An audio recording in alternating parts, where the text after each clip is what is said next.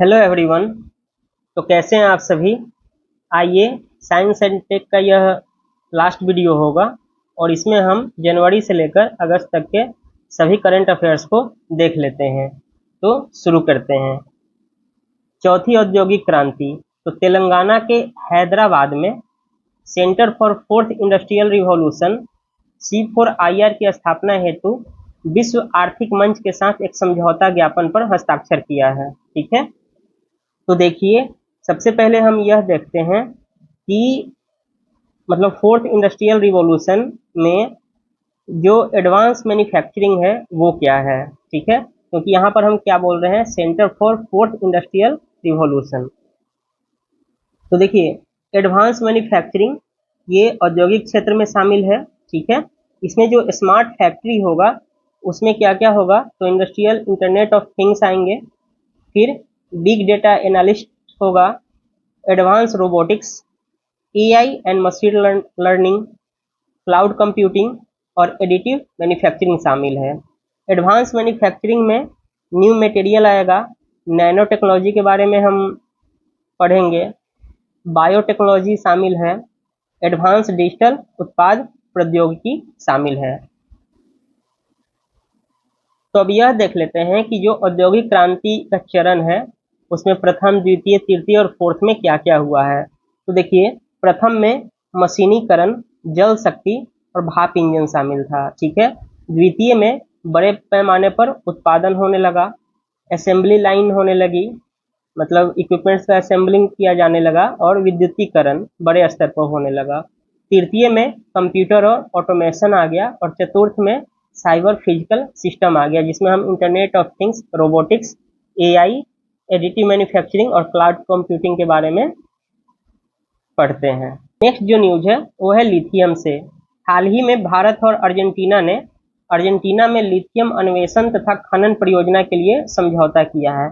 और यह कौन किया है, तो भारत की तरफ से काबिल, जिसको बोलते हैं खनिज विदेश इंडिया लिमिटेड, और अर्जेंटीना की सरकार स्वामित्व वाली खनन तथा ऊर्जा कंपनी केमियन के बीच में यह समझौता हुआ है। ठीक है, तो भारत की तरफ से जो काबिल होगा अब वो अर्जेंटीना में लिथियम का अन्वेषण करेगा। तो अब देख लेते हैं कि लिथियम होता क्या है। लिथियम को हम सफेद सोना, व्हाइट गोल्ड कहते हैं।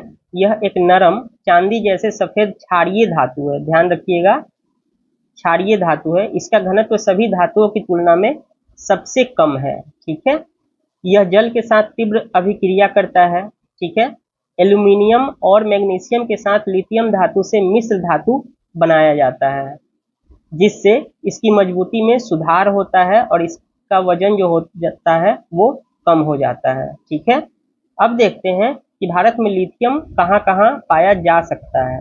भारत में फील्ड सीजन कार्यक्रम 2022-23 के दौरान GSI ने कई राज्यों में लिथियम और संबंधित तत्वों पर 18 परियोजनाओं की शुरुआत की है। तो देखिए, लिथियम जो अभी ऐसा माना जा रहा है, तो आप नॉर्थ ईस्ट से शुरू किए तो देखिए अरुणाचल प्रदेश में, नागालैंड में, मेघालय में, तो ये नॉर्थ ईस्ट के राज्य में हो गया।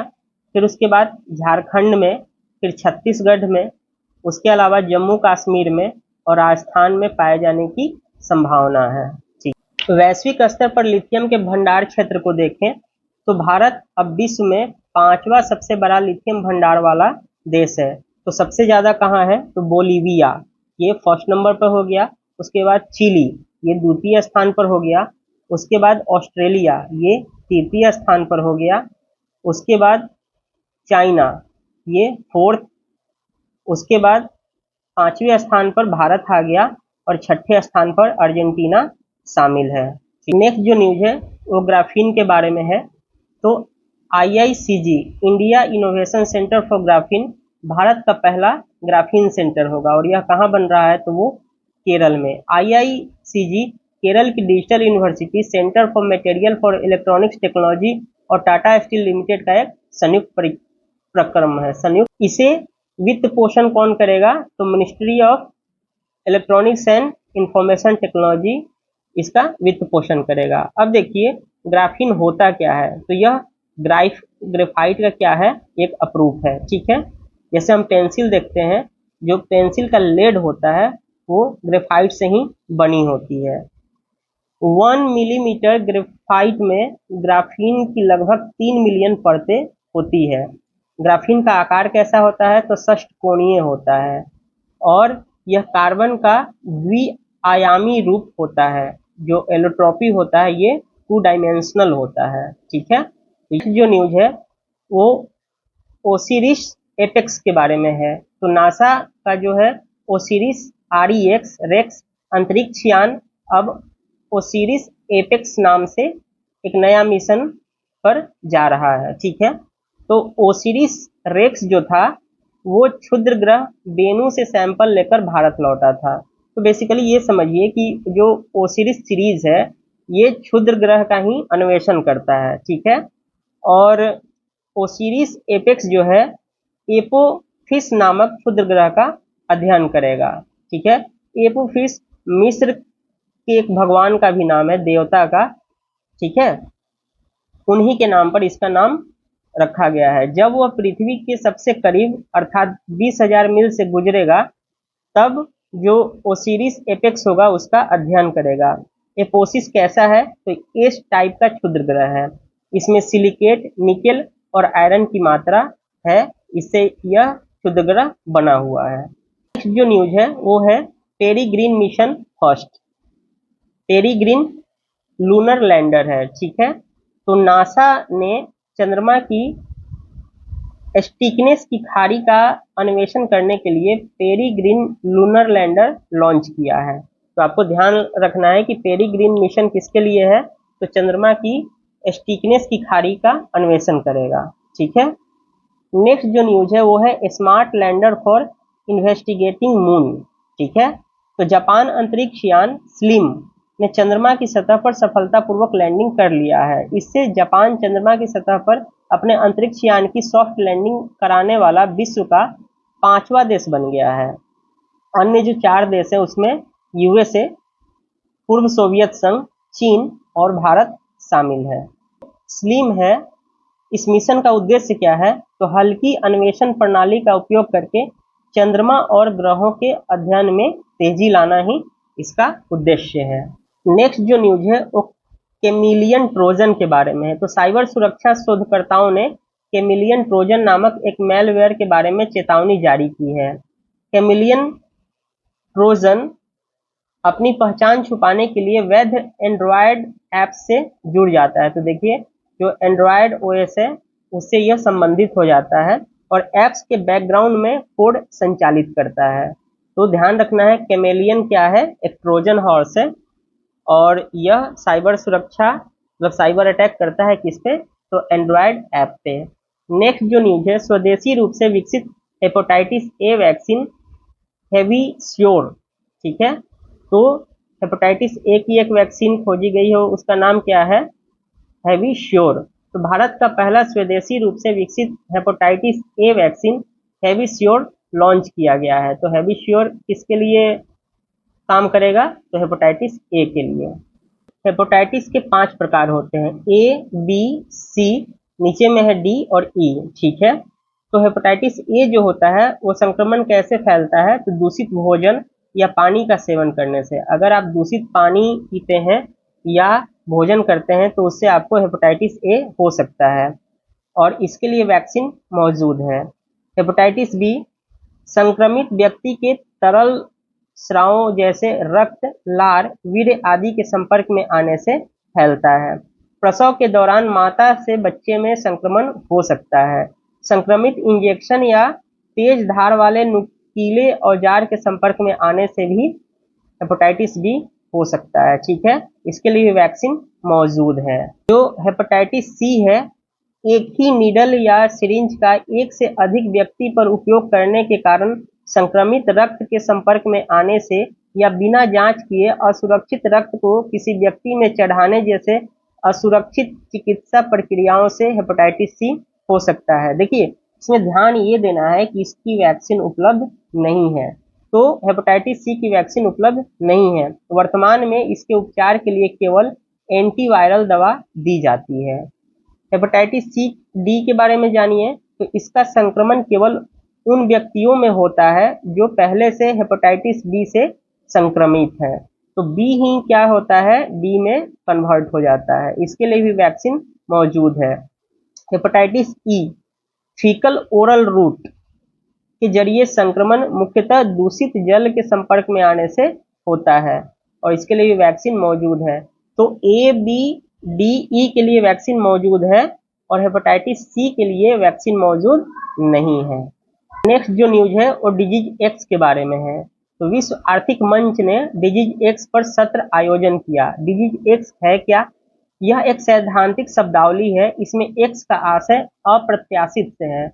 ये ध्यान रखिएगा, ये पूछ सकते हैं पीटी में कि एक्स किससे संबंधित है, इसका क्या आशय है, इसका क्या अर्थ है। ठीक है। WHO ने किसी अज्ञात रोगजनक के बारे में बताने के लिए 2018 में डिजीज एक्स कॉन्सेप्ट की शुरुआत की थी। तो किसने की थी? तो WHO ने। ठीक है। नेक्स्ट जो न्यूज है वो है बायो इमेजिंग बैंक के बारे में। तो मुंबई के टाटा मेमोरियल हॉस्पिटल ने कैंसर के लिए बायो इमेजिंग बैंक की स्थापना की है। तो नेक्स्ट जो न्यूज है वो है स्टील स्लैग रोड टेक्नोलॉजी के बारे में। तो JSW स्टील ने मुंबई को गोवा से जोड़ने वाले NH66 के 1 किलोमीटर लंबे हिस्से पर 4 लेन स्टील स्लैग रोड का निर्माण किया है। तो स्टील स्लैग का उपयोग किसके लिए होता है? तो रोड के निर्माण के लिए। इससे पहले सीमा सड़क संगठन BRO ने अरुणाचल प्रदेश में स्टील स्लैग रोड का निर्माण किया था। यह प्रोजेक्ट वेस्ट टू वेल्थ और स्वच्छ भारत अभियान पहल के अंतर्गत शुरू किया गया है। तो ये नेक्स्ट जो न्यूज है वो है अनिल, एडवांस न्यूक्लियर एनर्जी से संबंधित। एक अमेरिकी कंपनी ने अनिल नामक ईंधन विकसित किया है। यह नाम भारत के वैज्ञानिक डॉक्टर अनिल काकोडकर के नाम पर रखा गया है। यह थोरियम और एक निश्चित स्तर तक संवर्धित, इनरिचमेंट बोलते हैं संवर्धित को। तो थोरियम और इनरिच्ड जो यूरेनियम होता है उसका मिश्रण होता है। इसमें यूरेनियम को हैल्यू हाई ए से लो एनरिच्ड यूरेनियम स्तर तक संवर्धित किया जाता है।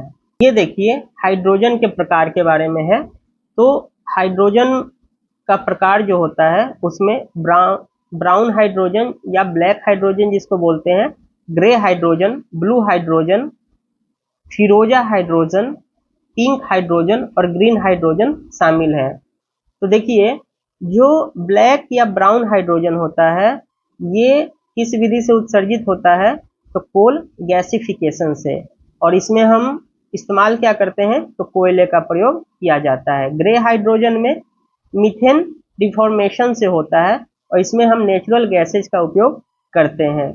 ब्लू हाइड्रोजन ककस के साथ मीथेन रिफॉर्मेशन और कोल गैसिफिकेशन, अर्थात अगर हम कोल गैसिफिकेशन और मीथेन रिफॉर्मेशन किसके साथ यूज करते हैं? CCUS ककस के साथ यूज करेंगे तो ब्लू हाइड्रोजन हमें मिलेगा और इसका स्रोत क्या है? जीवाश्म ईंधन है।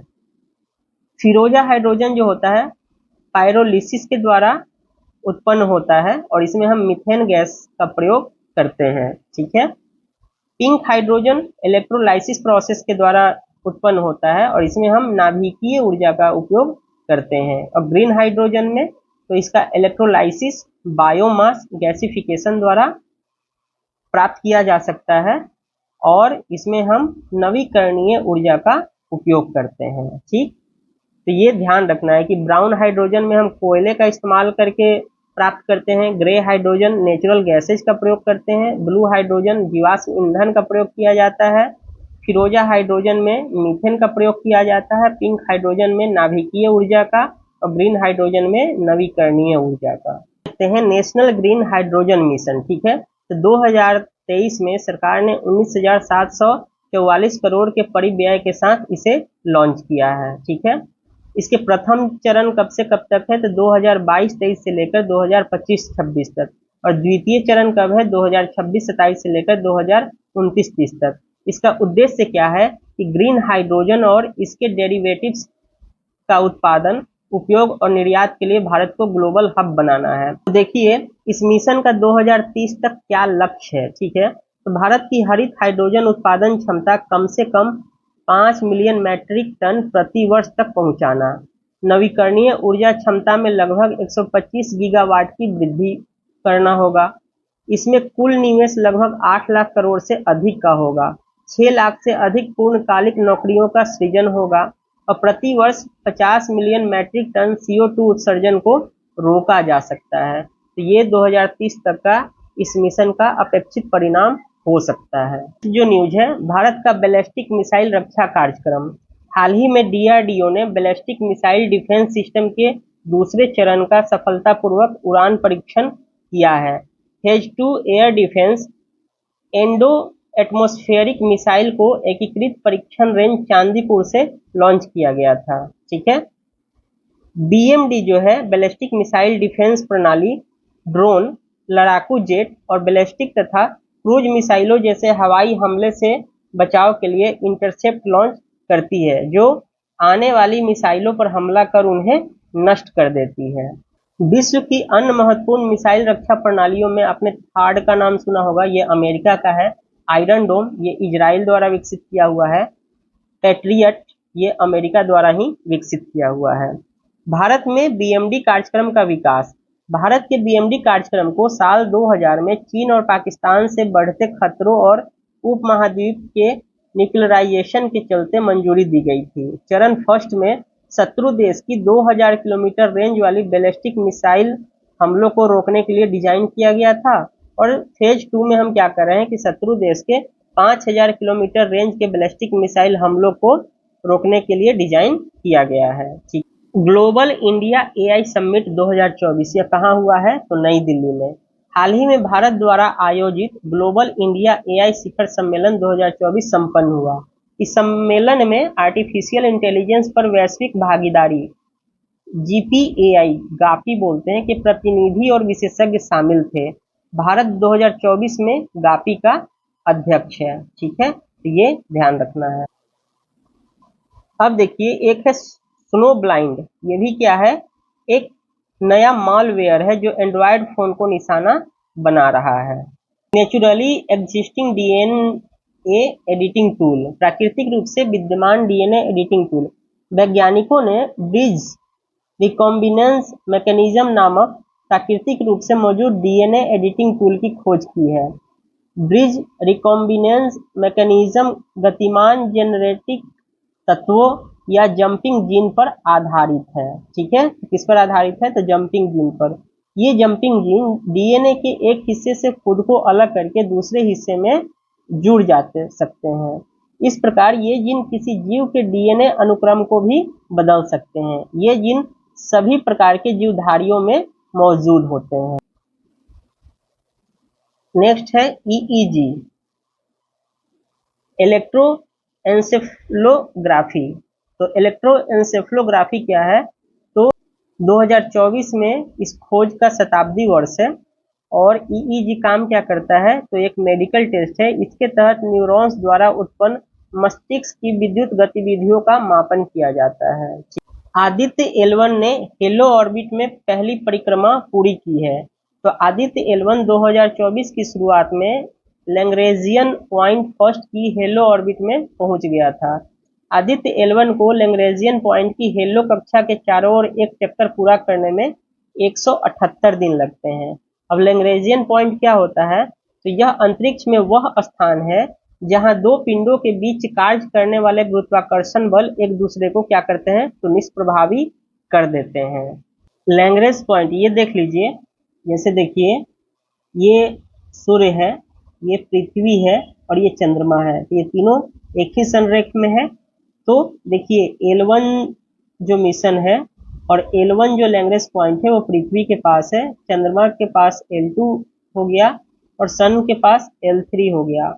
और ठीक इसके दोनों तरफ देखिए ये L4 है और ये L5 है। तो भारत का जो L1 मिशन है, आदित्य L1 मिशन, वो यहाँ पर स्थापित हुआ है। एक चीज और इसमें ध्यान दीजिएगा, ये देखिए L5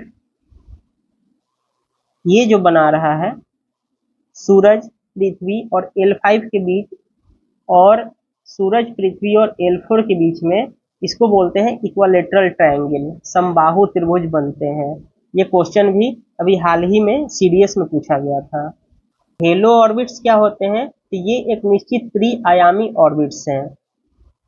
इन ऑर्बिट्स में दो खगोलीय पिंडों का गुरुत्वाकर्षण खिंचाव और अंतरिक्ष यान या उपग्रह आदि पर लगने वाला केंद्र प्रसारी बल लगभग बराबर होता है। तो यहाँ पर गुरुत्वाकर्षण बल का प्रभाव जो है, ग्रेविटेशनल फोर्स और सेंट्रीफ्यूगल फोर्स, ये दोनों क्या होते हैं, बराबर होते हैं।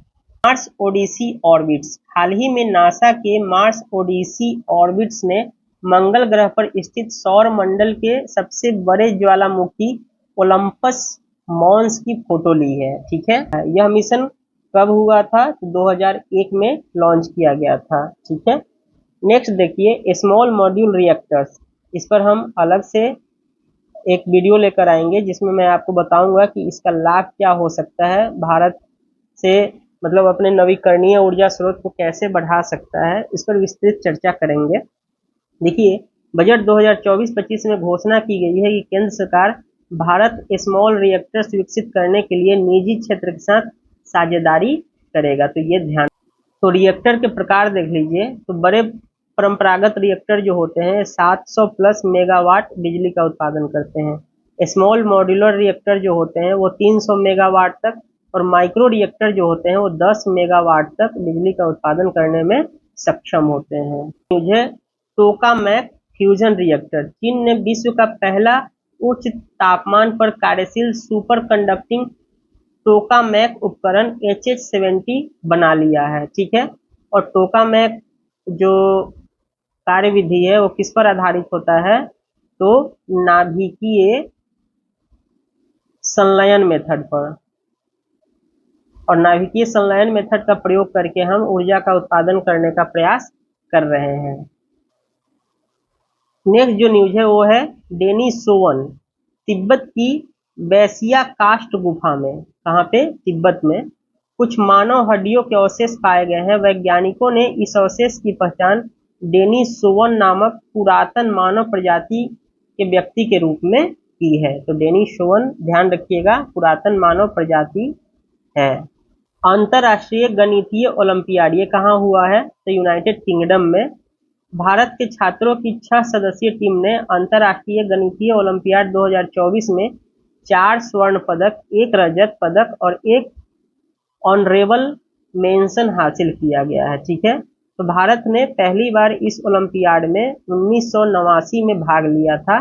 तब से लेकर अब तक यह भारत का सर्वश्रेष्ठ प्रदर्शन है। इसरो ने भू अवलोकन अर्थ ऑब्जर्वेशन उपग्रह EOS-08 लॉन्च किया है।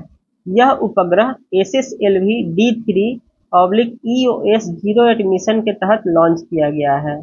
इसे श्रीहरिकोटा स्थित सतीश धवन अंतरिक्ष केंद्र से लघु उपग्रह प्रक्षेपण यान SSLV D3 की मदद से लॉन्च किया गया है।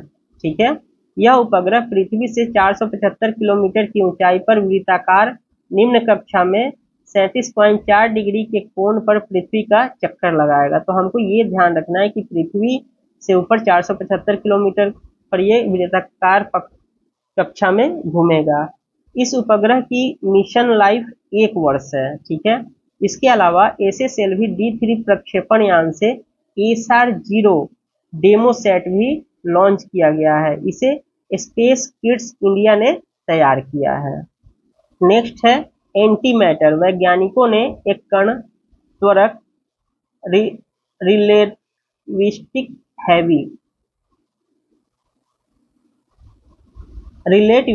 हैवी आयरन कोलाइडर में सबसे भारी एंटी मैटर न्यूक्लियस का पता लगाया है। ठीक है, इसे एंटी हाइपर हाइड्रोजन 4 नाम दिया गया है। यह एंटी प्रोटॉन, 2 एंटी न्यूट्रॉन्स और एंटी हाइप्रोन से बना हुआ है। तो ये ध्यान रखना है। और एंटी मैटर्स होते क्या हैं, तो मतलब कोई भी मैटर का जैसे पॉजिटिव है तो उसका निगेटिव जो पार्टिकल होगा उसी को हम बोलते हैं एंटी मैटर। धनात्मक रूप से आवेशित पॉजिट्रॉन का एंटी मैटर क्या हो सकता है, तो ऋणात्मक रूप से आवेशित इलेक्ट्रॉन हो सकता है। उसी प्रकार न्यूट्रॉन का क्या हो सकता है, तो एंटी न्यूट्रॉन एंटी मैटर होगा। प्रोटॉन का एंटी मैटर क्या होगा, तो एंटी प्रोटॉन होगा। Thorium molten salt nuclear power station. तो चीन 2025 में विश्व का पहला thorium molten salt nuclear power station Gobi मरुस्थल में स्थापित करेगा। ठीक है, इसमें ईंधन के रूप में थोरियम का प्रयोग किया जाएगा। इसमें शीतलक के लिए जल की आवश्यकता नहीं होती है। ऐसा इसलिए क्योंकि यह ऊष्मा को स्थानांतरित करने और विद्युत उत्पादन के लिए तरल नमक या कार्बन डाइऑक्साइड का उपयोग करता है। ठीक है, तो ये ध्यान रखना है कि शीतलक के रूप में इसमें जल की जगह क्या यूज होता है, तो liquid salt and carbon dioxide. Next देखिए, plant genome editing tool ISDRA2TNTB। ठीक है, ये इसका नाम है। तो भारतीय कृषि अनुसंधान परिषद ने miniature plant genome editing tool ISDRA2TNTB विकसित किया गया है। ठीक है, तो ये किसने विकसित किया है? ICAR ने। 3D प्रिंटिंग, अग्निकुल कॉस्मोस ने दुनिया का पहला single piece 3D printed rocket engine सफलतापूर्वक लॉन्च किया है। तो अग्निकुल कॉस्मोस क्या है? एक प्राइवेट स्पेस सेक्टर का स्टार्टअप है। इस इंजन को अग्निबाण सोर्टेड नामक रॉकेट में लगाया गया है। अग्निकुल कॉस्मोस अंतरिक्ष क्षेत्र का IIT मद्रास की ओर से इंक्यूबेटेड एक स्पेस स्टार्टअप है। ठीक है, तो ध्यान रखना है कि अग्निकुल कॉस्मोस ने दुनिया का पहला सिंगल पीस 3D रॉकेट बनाया है। नेक्स्ट न्यूज है एग्रीटेक के बारे में। तो WEF वर्ल्ड इकोनॉमिक फोरम ने PwC इंडिया के साथ साझेदारी में agritech shaping agriculture in emerging economic today and tomorrow नामक शीर्षक से रिपोर्ट प्रकाशित किया है। ठीक है, नेक्स्ट जो न्यूज है, पृथ्वी पर्यवेक्षक के वैश्विक मूल्य का बढ़ना। पृथ्वी पर्यवेक्षण के वैश्विक मूल्य का बढ़ना, एम्प्लीफाइंग the global value of earth observation report. इसको जारी कौन किया है? तो WEF ने ही जारी किया है, वर्ल्ड इकोनॉमिक फोरम ने। इसमें अलग अलग क्षेत्रों में पृथ्वी पर्यवेक्षण प्रौद्योगिकी की आर्थिक क्षमता को रेखांकित किया गया है। तो विश्व स्वास्थ्य संगठन ने डेंगू की एक नई वैक्सीन को एक्सेप्ट किया है। वैक्सीन TAK-003 को WHO ने मंजूरी दे दी है और TAK-003 वैक्सीन को जापान की फार्मा कंपनी टेकेडा ने विकसित किया है। तो ये ध्यान रखना है कि टेकेडा जो जापान की कंपनी है उसने इस वैक्सीन को विकसित किया है। नेक्स्ट जो न्यूज है वो है TTS के बारे में, थ्रोम्बोसाइटोपेनिया सिंड्रोम के साथ थ्रोम्बोसिस। तो एस्ट्राजेनिका ने पहली बार स्वीकार किया कि उसके द्वारा विकसित कोविड-19 वैक्सीन कोविशील्ड के TTS सहित दुर्लभ साइड इफेक्ट हैं। तो आपको ध्यान रखना है कि TTS का फुल फॉर्म क्या है? Thrombocytopenia syndrome.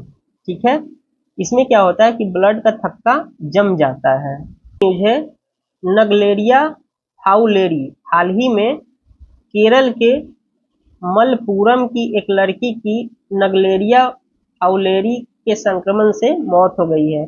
तो नगलेरिया फाउलेरी क्या है? यह एक प्रकार का अमीबा है। ठीक है, नेक्स्ट जो न्यूज है सॉइल नेलिंग से है। तमिलनाडु सरकार नीलगिरी की मुख्य सड़कों के दोनों ओर मिट्टी की ढलानों को मजबूत करने के लिए सॉइल नेलिंग तकनीक अपना रही है। तो ढलान पर मिट्टी को स्थिर बनाए रखने के लिए, मजबूत करने के लिए सॉइल नेलिंग तकनीक इस्तेमाल किया जाता है। सॉइल नेलिंग तकनीक है क्या? यह एक भू तकनीकी इंजीनियरिंग तकनीक है।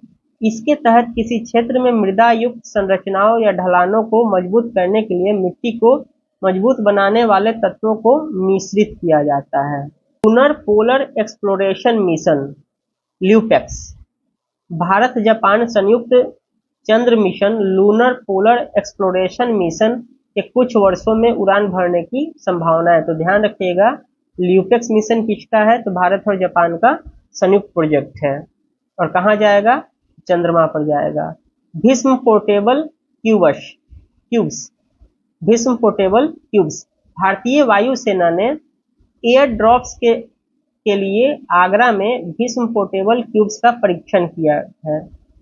भीष्म पोर्टेबल क्यूब्स अत्याधुनिक स्वदेशी मोबाइल अस्पताल है। तो ये जो न्यूज है वो है नेफ्रोटिक सिंड्रोम से। हाल ही में केरल के शोधकर्ताओं ने कई ऐसे मामलों की जानकारी दी है जिसमें साधारण फेयरनेस क्रीम का नेफ्रोटिक सिंड्रोम से संबंध है। तो जो हम फेयर क्रीम्स लगाते हैं उससे क्या हो सकता है, नेफ्रोटिक सिंड्रोम। नेफ्रोटिक सिंड्रोम एक किडनी रोग है, ध्यान रखना है। इसके चलते मूत्र के जरिए बहुत अधिक मात्रा में शरीर से प्रोटीन बाहर आ जाता है। न्यूज है घोस्ट पार्टिकल्स के बारे में।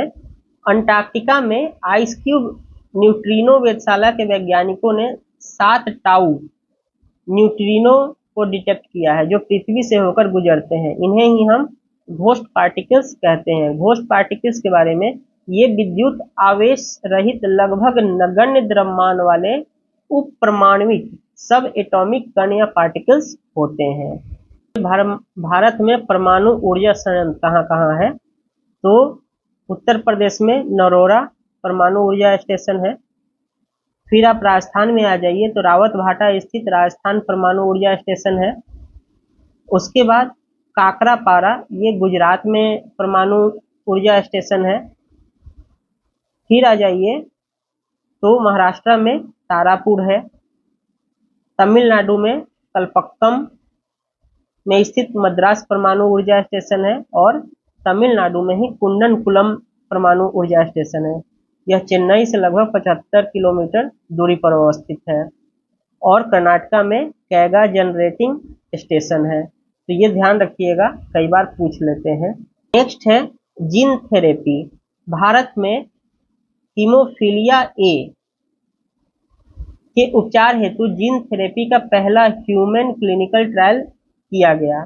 यह ट्रायल तमिलनाडु वेल्लोर के क्रिश्चियन मेडिकल कॉलेज में किया गया है। ठीक है।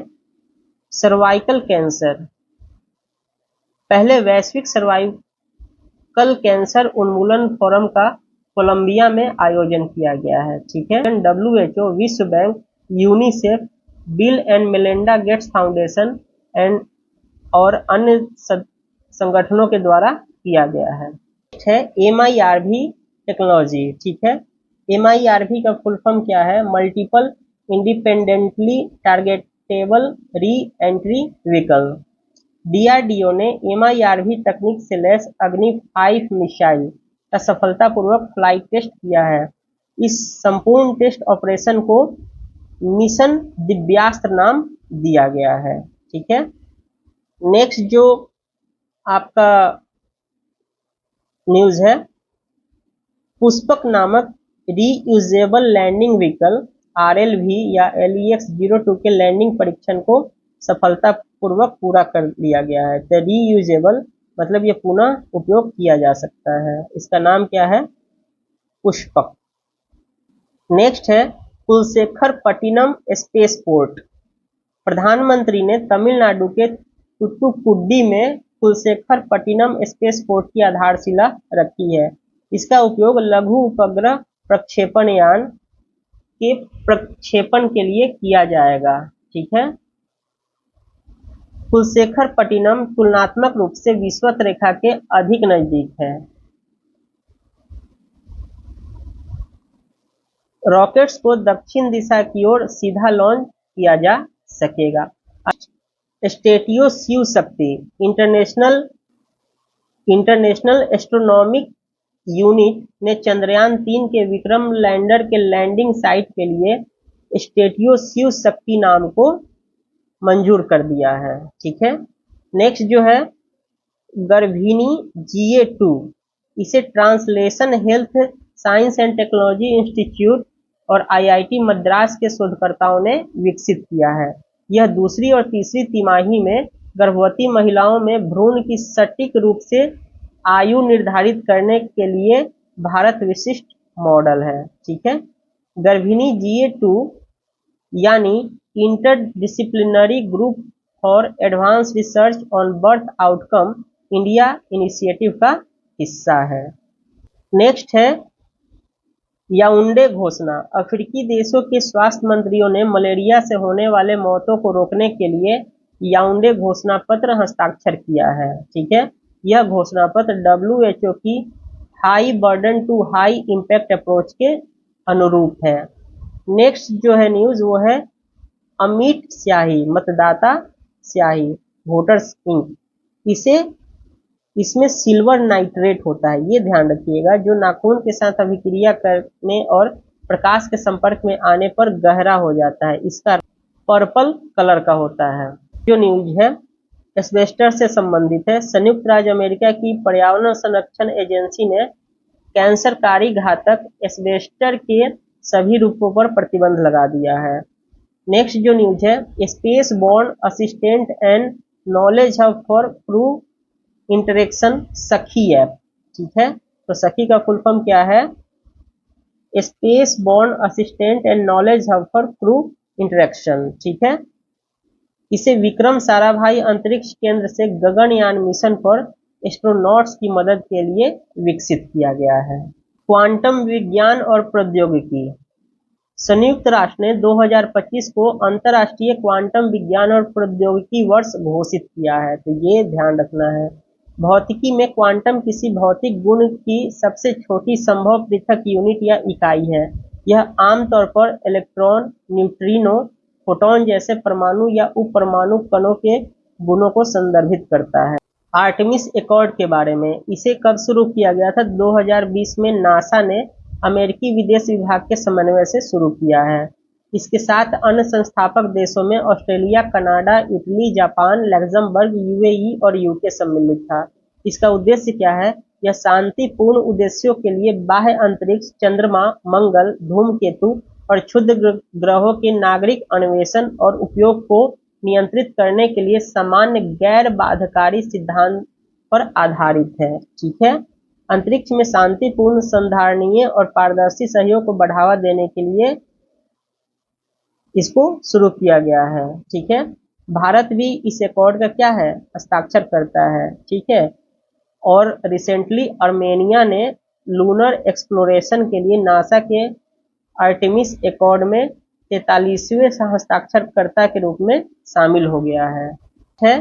तृष्णा, Indo French thermal imaging mission. तृष्णा से आशय है थर्मल इंफ्रारेड इमेजिंग सैटेलाइट और high resolution natural resource assessment. ठीक है, यह मिशन इसरो और CNES, फ्रांसीसी अंतरिक्ष एजेंसी का नाम है, CNES के बीच में सहयोग आधारित पहला मिशन है।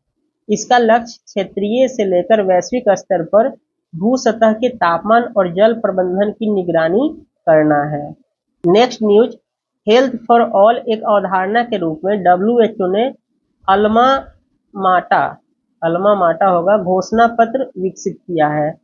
इस अवधारणा का उद्देश्य प्राथमिक स्वास्थ्य देखभाल को बढ़ावा देना है। तो ध्यान रखिएगा, WHO ने अल्मा माटा घोषणा पत्र कब शुरू किया था? तो 1978 में। नेक्स्ट जो न्यूज है वो है बायो फार्मास्यूटिकल अलायंस के बारे में। तो भारत, साउथ कोरिया, संयुक्त राज्य अमेरिका, जापान और यूरोपीय संघ ने मिलकर बायो फार्मास्यूटिकल अलायंस शुरू किया है। बायो इंटरनेशनल कन्वेंशन 2024 के दौरान ये कहाँ हुआ है? तो सैन डिएगो, कैलिफोर्निया में हुआ था बायो इंटरनेशनल कन्वेंशन। इसी के दौरान बायो फार्मास्यूटिकल अलायंस की प्रथम बैठक हुई और यहीं पर इसके गठन की घोषणा की गई। नेक्स्ट न्यूज है अर्थ केयर मिशन। अर्थ केयर मिशन यूरोपीय अंतरिक्ष एजेंसी और Japan aerospace exploration agency JAXA के बीच में संयुक्त वेंचर है। इसका उद्देश्य है बादलों, एरोसोल विकिरण के बीच जटिल परस्पर अभिक्रिया का समग्र विवरण प्रदान करना। इससे जलवायु संकट के दौरान पृथ्वी के विकिरण संतुलन में नई अंतर्दृष्टि प्राप्त होगी। तो अर्थ केयर ध्यान रखिएगा किसका है? तो यूरोपीय अंतरिक्ष एजेंसी और JAXA का। नेक्स्ट है दक्ष परियोजना। IIT बॉम्बे दक्ष परियोजना टीम का नेतृत्व कर रहा है। इस महत्वाकांक्षी परियोजना के तहत हाई एनर्जी वाले 2 स्पेस टेलीस्कोप बनाने की योजना है। ये टेलीस्कोप खगोलीय विस्फोटक घटनाओं के स्रोत का अध्ययन करेंगे। नेक्स्ट जो न्यूज है वो अल्फा फोल्ड 3 के बारे में है। गूगल डीप माइंड और आइसोमॉर्फिक लैब ने अल्फाफोल्ड 3 नामक एक नया एआई मॉड्यूल विकसित किया है। यह प्रोटीन, डीएनए, आरएनए, लिगैंड्स आदि के संरचना और उसके मध्य परस्पर क्रिया को प्रिडिक्ट कर सकता है। India TB report 2024 tuberculosis. हाल ही में केंद्रीय स्वास्थ्य और परिवार कल्याण मंत्रालय ने इंडिया टीबी रिपोर्ट 2024 जारी किया और नेशनल ट्यूबरक्लोसिस एलिमिनेशन प्रोग्राम, इसके तहत 2030 के वैश्विक लक्ष्य से 5 साल पहले 2025 तक टीबी के बोझ को कम करने का लक्ष्य रखा गया है। तो भारत 2025 तक क्या चाहता है कि टीबी खत्म हो जाए। नेक्स्ट न्यूज है ड्रैगन फ्लाई मिशन के बारे में। तो नासा 2028 में शनि ग्रह के विशाल चंद्रमा टाइटन के लिए ड्रैगन फ्लाई मिशन लॉन्च करने की घोषणा किया। यह नासा के न्यू फ्रंटियर प्रोग्राम का चौथा मिशन होगा। इस प्रोग्राम के अन्य 3 मिशन कौन है? तो न्यू होराइजन, यह study of Pluto and Kuiper belt पर है। तो न्यू होराइजन किसके लिए था? स्टडी ऑफ प्लूटो और क्यूपर बेल्ट। जूनो मिशन गया था, वो जुपिटर पर गया था। Osiris Rex study of asteroid के बारे में है और अभी आपने ऊपर ही पढ़ा था ओसिरिस एपेक्स इसका नाम अब हो गया है। तियांगतोंग फर्स्ट ने स्मार्टफोन से सीधे सैटेलाइट कॉल करना संभव बनाया। इसके लिए चीन के वैज्ञानिकों ने सैटेलाइट सीरीज तियांगतोंग फर्स्ट विकसित किया है। यह दुनिया की पहली ऐसी सैटेलाइट सीरीज है जिसकी मदद से बेस ट्रांसीवर स्टेशन या सेलुलर टावर जैसी ग्राउंड बेस्ड अवसंरचना के बिना स्मार्टफोन से कॉल किया जा सकता है। तो नेक्स्ट जो न्यूज है कलाम 250 से है। स्काई रूट एयरोस्पेस ने विक्रम फर्स्ट अंतरिक्ष प्रक्षेपण यान के स्टेज 2 इंजन का सफलतापूर्वक परीक्षण किया है। इस इंजन को कलाम 250 नाम दिया गया है। ठीक है। नेक्स्ट है सैलो फेक। सैलो फेक को चिप फेक भी कहा जाता है। सैलो फेक के तहत एआई तकनीक के बजाय किसी पारंपरिक और वहनीय तकनीक से किसी व्यक्ति की तस्वीर, वीडियो एवं वॉइस क्लिप को एडिट करके अलग रूप में दर्शाया जाता है। नेक्स्ट है CAR टी सेल थेरेपी। स्वदेशी chimeric antigen receptor CAR T cell therapy launch किया है। राष्ट्रपति ने कैंसर के लिए भारत की पहली घरेलू gene therapy CAR T cell therapy launch की है। इसे भारतीय प्रौद्योगिकी संस्थान बॉम्बे, टाटा मेमोरियल हॉस्पिटल और इम्यूनो ACT के बीच सहयोग के माध्यम से विकसित किया गया है। नेक्स्ट है मैग्नेटिक रेजोनेंस इमेजिंग MRI प्रौद्योगिकी। दुनिया के सबसे शक्तिशाली MRI स्कैनर इजोल्ट, और इजोल्ट को किसने बनाया है? तो फ्रांस ने। तो MRI स्कैनर इजोल्ट ने मानव मस्तिष्क की पहली तस्वीर ली है। नेक्स्ट है यूवी कोल एस। तो WHO ने कॉलरा, जिसको हैजा भी बोलते हैं, के लिए ओरल कॉलरा वैक्सीन यूवी कोल एस वैक्सीन को मंजूरी दे दी है। और इस यूवी कोल एस को किसने बनाया है? तो रिपब्लिक ऑफ कोरिया ने बनाया है। नेक्स्ट है Tata satellite 1A। Tata advance system limited और सैटेलॉजिक ने अंतरिक्ष में TSAT 1A की सफल स्थापना की घोषणा की। TSAT 1A के बारे में जानिए। तो यह निजी क्षेत्र में भारत का पहला स्वदेशी रूप से विकसित और निर्मित उपग्रह है जो सब मीटर रिजोल्यूशन ऑप्टिक इमेजिंग में सक्षम है। नेक्स्ट है ग्लाइसेमिक इंडेक्स। ग्लाइसेमिक इंडेक्स का काम क्या है? तो GI इस बात का पैमाना है कि कार्बोहाइड्रेट युक्त भोजन करने के बाद यह कितनी जल्दी आपके रक्त में शुगर का लेवल बढ़ाता है। Artificial intelligence in health care. विश्व स्वास्थ्य संगठन ने जन स्वास्थ्य के लिए जनरेटिव AI का उपयोग करने वाले एक डिजिटल स्वास्थ्य प्रमोटर प्रोटोटाइप SARAH का अनावरण किया है। देखिए, पीटर हिंग्स ये नोबेल पुरस्कार विजेता भौतिकी विज्ञानी थे। इनका निधन हो गया है और इन्होंने ही गॉड पार्टिकल को खोजा था और 2013 में भौतिक का नोबेल पुरस्कार इन्हें दिया गया था। तो ये देखिए, कणों का पदानुक्रम क्या होता है। तो परमाणुओं के समूह को क्या बोलते हैं? मैटर। ठीक है, और मैटर के एक अणु को क्या बोलेंगे? परमाणु। ठीक है, अब देखिए, ये एक नाभिक है। नाभिक की ये जो केंद्र है उसमें प्रोटॉन और न्यूट्रॉन होंगे और इसके चारों ओर जो ये घूम रहे हैं इसको हम इलेक्ट्रॉन बोलते हैं। उसके बाद सब एटॉमिक पार्टिकल्स बनते हैं जिसमें क्वार्क, ठीक है, फिर लेप्टॉन। इसमें क्या होता है? लेप्टॉन किसको बोलते हैं? इलेक्ट्रॉन और म्यूऑन को। बोसॉन, इसमें ग्लूऑन भी होता है। ठीक है, ये क्या है? सब प्राथमिक कण है। ठीक है, तो ये ध्यान रखना है। नेक्स्ट है मौसम पूर्वानुमान उपग्रह इनसेट 3DS। इसरो ने मौसम पूर्वानुमान उपग्रह इनसेट 3DS का सफलतापूर्वक लॉन्च किया है। यह मिशन पृथ्वी एवं विज्ञान मंत्रालय के द्वारा वित्त पोषित है। इनसेट 3DS को GSLV F-14 प्रक्षेपण यान से लॉन्च किया गया है। नेक्स्ट जो न्यूज है वो है plankton, aerosol, climate, ocean ecosystem. इसका नाम होगा पेस। तो पी से हो गया प्लैंकटन, ए से हो गया एरोसोल, टी से क्लाइमेट और ई से ओशियन इकोसिस्टम। तो स्पेस एक्स ने नासा का पेस उपग्रह लॉन्च किया है। यह उपग्रह महासागर, वायुमंडल और जलवायु का क्या करेगा? पर्यवेक्षण करेगा। पेस को सन सिंक्रोनस कक्षा में स्थापित किया गया है। नेक्स्ट जो न्यूज है, युवा विज्ञान कार्यक्रम युविका।